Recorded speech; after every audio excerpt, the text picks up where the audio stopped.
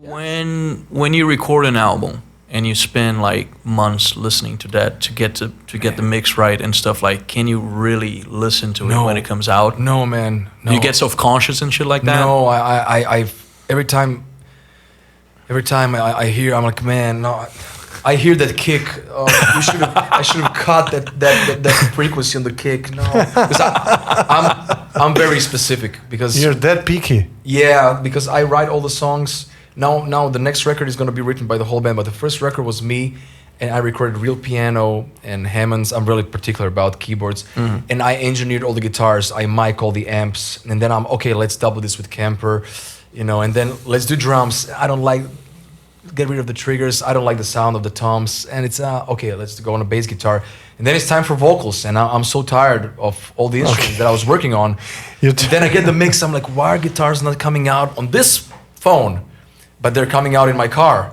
Let's fix that. Oh my god, why is the snare so loud? Oh, there's not enough plastic on the kick. I don't hear the, Then I get and then I send the mix to my dad, and he's like, guitars are eating your vocals, and we just sent the master to the label. I'm like, no, don't tell me that. Then he says, you ruined the song. I like the demo more.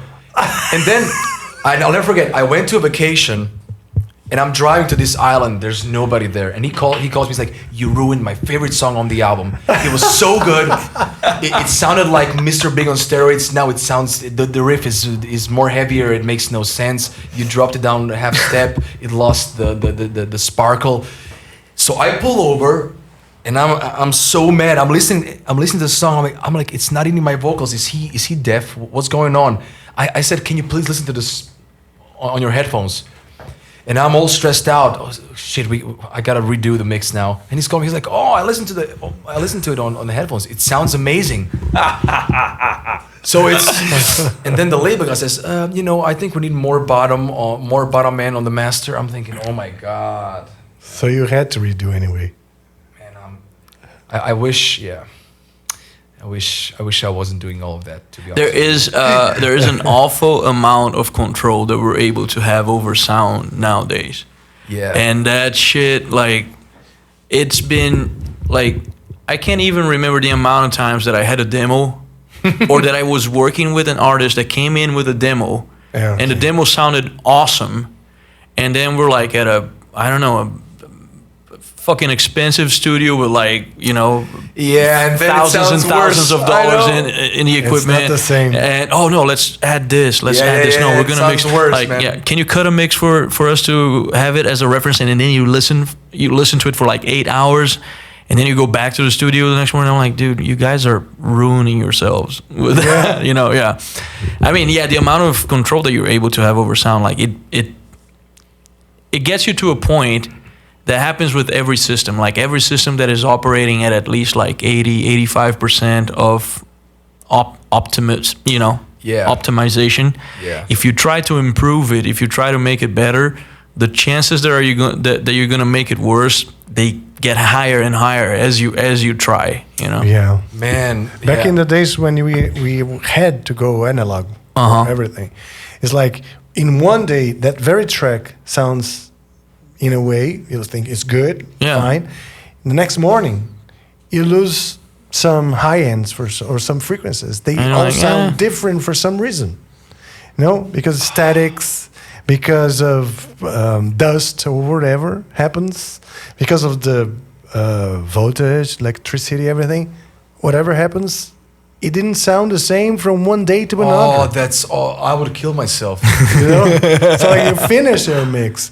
The next day, like they sound slightly different in between channels, so that's obviously not like fucking different, but with today rock you have music, control of everything. Yeah, I have a theory about metal. Is that like metal was at its coolest when people did not know that they were making metal.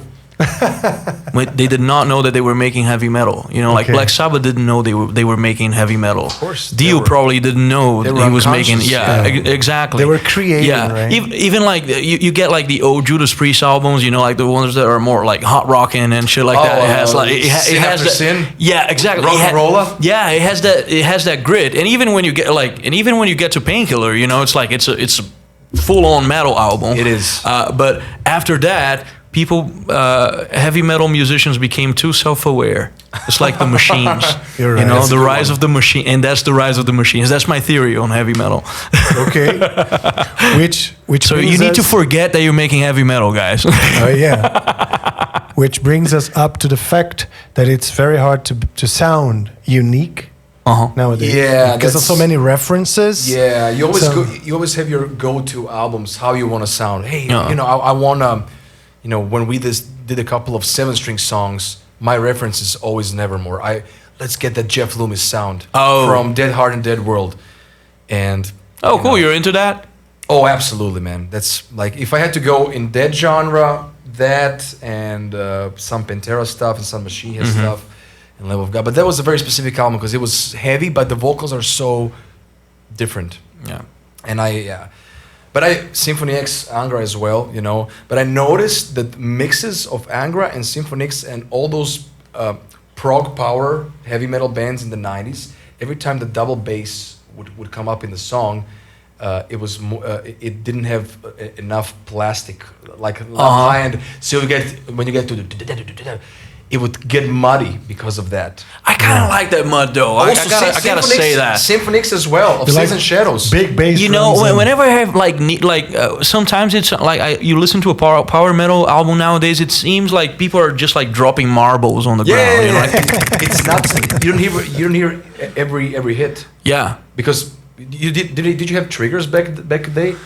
I don't think Like that? we've ever used triggers. Maybe on Rebirth. But it doesn't matter because the producer is just gonna get your recording and he's gonna get your best kick and he's gonna sample that shit and he's yeah, gonna yeah, like Yeah, there's that a was very lot usual. of yeah. That was very usual. You would Yeah. sample your best kick and then you would copy paste throughout. Oh, that's right. So you're just making a MIDI. Oh, that's right. Because remember band Slaughter from the 80s? Yes. Yeah. Yes. All night, sleep all day. So Blas Alas, their drummer, plays for TSO with me. So I asked him, like, how did you get the drum sound? They sampled a basketball that was come on. kicked on the floor. Serious? And that was the snare on their Up All Come Night on. and Fly to the Angels. It's a basketball kicked, and that's the sound of the Yeah. snare. Yeah.